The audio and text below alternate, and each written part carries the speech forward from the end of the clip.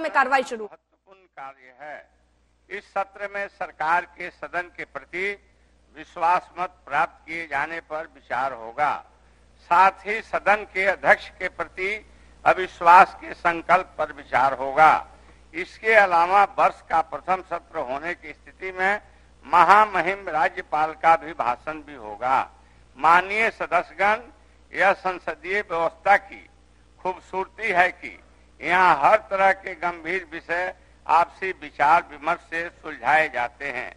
मेरा आप सबों से आग्रह है कि इस पूरे सत्र में आप अपनी उपस्थिति बनाए रखें और राज्य की जनता के हितों के लिए अपने दायित्वों का निर्वहन करें। राज्यपाल से प्राप्त संदेश। माननीय सदस्यगण, बिहार के राज्यपाल महोदय ने निम्न संदेश प्राप्त हुआ है। भारत के संविधान के अनुच्छेद 176 खंड 1 के द्वारा प्रदत्त शक्तियों का प्रयोग करते हुए मैं राजेंद्र विश्वास आलेकर, बिहार का राज्यपाल, एतद द्वारा एक साथ सम्मिलित बिहार विधान मंडल के दोनों सदनों को दिनांक 12 फरवरी 2024 को 11:30 बजे पूर्वाह्न में संबोधित करना चाहता हूं और बिहार विधान मंडल के विस्तारित भवन के सेंट्रल हॉल पटना में सदस्यों की उपस्थिति चाहता हूं। राजेंद्र विश्वास आलेकर, राज्यपाल बिहार, पटना, दिनांक 1/2/2024। माननीय सदस्यगण, अब से कुछ देर बाद यानी 11:30 बजे दोनों सदनों के सदस्यों के सहसम्मिलित उपस्थिति में महामहिम राज्यपाल का अभिभाषण विस्तारित भवन के सेंट्रल हॉल में होगा। महामहिम राज्यपाल महोदय का स्वागत करने और उन्हें सेंट्रल हॉल तक लाने के लिए मैं विस्तारित भवन के मुख्य प्रवेश द्वार पर जाऊंगा। माननीय मुख्यमंत्री जी और माननीय मंत्री संसदीय कार्य विभाग भी इस हेतु निर्धारित स्थल पर आएंगे। इस बीच आप सभी माननीय सदस्य चलकर सेंट्रल हॉल में अपना स्थान ग्रहण करेंगे। महामहिम राज्यपाल के अभिभाषण की समाप्ति के पश्चात पुनः इस समावेश में आज के निर्धारित शेष कार्य होंगे।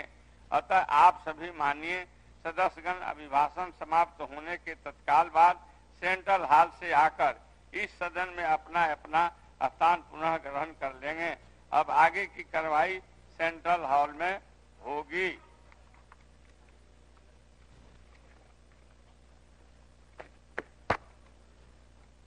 चला जाए वहां। अब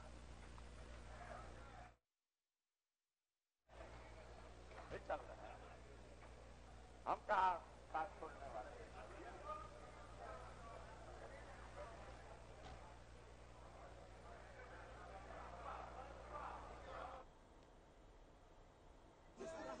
तो आगे की कार्रवाई सेंट्रल हॉल में होगी, इसी बात का निर्देश देते हुए विधानसभा से स्पीकर बोल रहे थे। हालांकि आज 2 परीक्षण है, स्पीकर को हटाया जाएगा या नहीं, इसको लेकर भी अभी भी कयास लगाए जा रहे हैं। और दूसरा परीक्षण है नीतीश कुमार का, जिनको आप सेंट्रल फ्रेम में यहां हाथ लाते हुए देख सकते हैं। नीतीश कुमार ये दावा कर रहे हैं कि आसानी से एनडीए बहुमत परीक्षण पास कर जाएगी।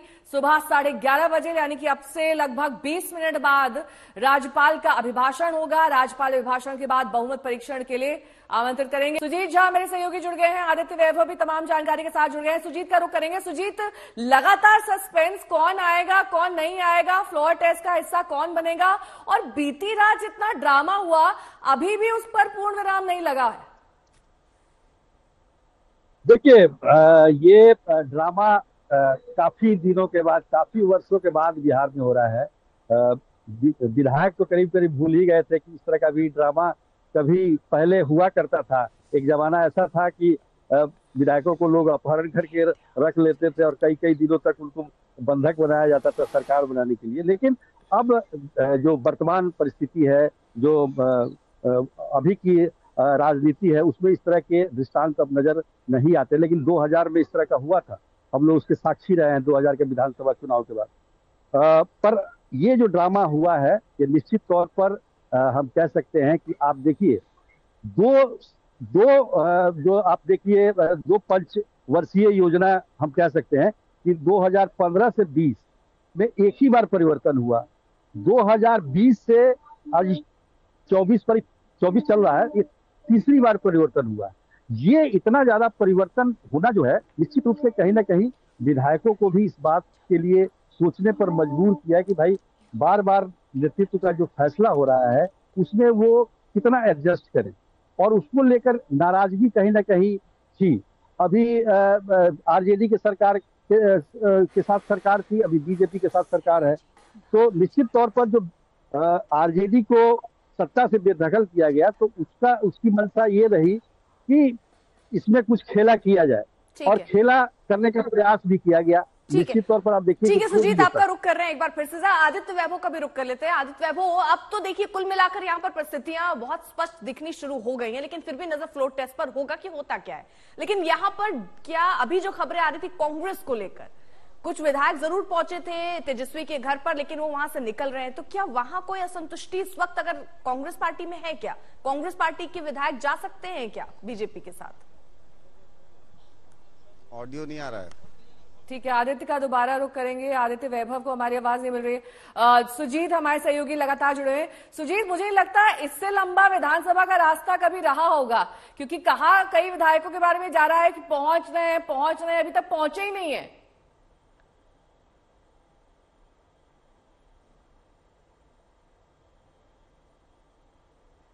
सुजीत, आपको मेरी आवाज मिल रही है? हाँ, आ रही आवाज आ रही। मैं ये पूछ रही थी कि मुझे नहीं लगता कि इससे लंबा विधानसभा का रास्ता कभी रहा होगा। कुछ विधायकों के बारे में आपने बताया ना कि अभी पहुंच रहे हैं, यही खबरें आ रही हैं बहुत देर से।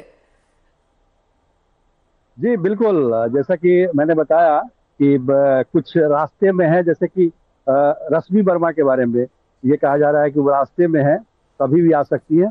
वैसे भी अभी 11:30 बजे से राज्यपाल का अभिभाषण होगा। अभी सेंट्रल हॉल में सारा कार्यक्रम होना है। अभी थोड़ी देर में राज्यपाल आएंगे यहाँ पर, और उसके बाद सदन की कार्रवाई शुरू होगी विधानसभा में। तो निश्चित तौर पर अभी समय है, ऐसा नहीं कहा जा सकता कि समय नहीं है, समय है। और सुजीत, जल्दी से बता दीजिए किस दल का कौन सा विधायक अभी नहीं पहुंचा है? देखिए, बीजेपी का जहां तक सवाल है उसमें रश्मि वर्मा रास्ते में है। मिश्री लाल यादव के बारे में कहा जा रहा है कि वो अभी तक नहीं पहुंचे हैं। तो ये दो विधायक हैं। ठीक है, दूसरी तरफ दो पर संशय बना हुआ है। अब जीतन राम मांझी को लेकर सारी स्थिति स्पष्ट हो गई है यहाँ पर, या फिर वो अभी भी कहीं ना कहीं थोड़े बहुत नाराज हैं? नहीं, हमको नहीं लगता है, क्योंकि जिस प्रकार का अभी हम बॉडी लैंग्वेज देख रहे थे, या नीतीश कुमार के साथ उनकी जो अभी यहाँ पर विधानसभा के पोर्टिको में जिस तरह की बातचीत हो रही थी, और जो बॉडी लैंग्वेज था, उससे ऐसा नहीं लगता है। मैंने पहले ही कहा कि अगर बहुत ज्यादा विधायक, 1 2 3 विधायकों के इधर उधर होने से भी कोई फर्क नहीं पड़ने वाला है। ये एनडीए नेतृत्व को पता है, और एनडीए नेतृत्व को ये भी पता है कि उनको हो सकता है कि दूसरी पार्टियों से भी कुछ सपोर्ट मिल सकता है, जैसा कि बताया जा रहा है। तो 1 2 विधायकों से कुछ नहीं होगा। अगर ज्यादा विधायक होते, अगर बहुमत तक पहुंचने में दिक्कत होती, तो निश्चित तौर पर जीतन राम मांझी की जो रणनीति थी वो बदल सकती थी, उसमें कोई दो राय नहीं है। लेकिन अभी चूंकि इधर पक्ष में दिख रहा है बहुमत, तो मुझे नहीं लगता है कि कोई बहुत ज्यादा उसमें जीतन राम मांझी की तरफ से कोई राजनीतिक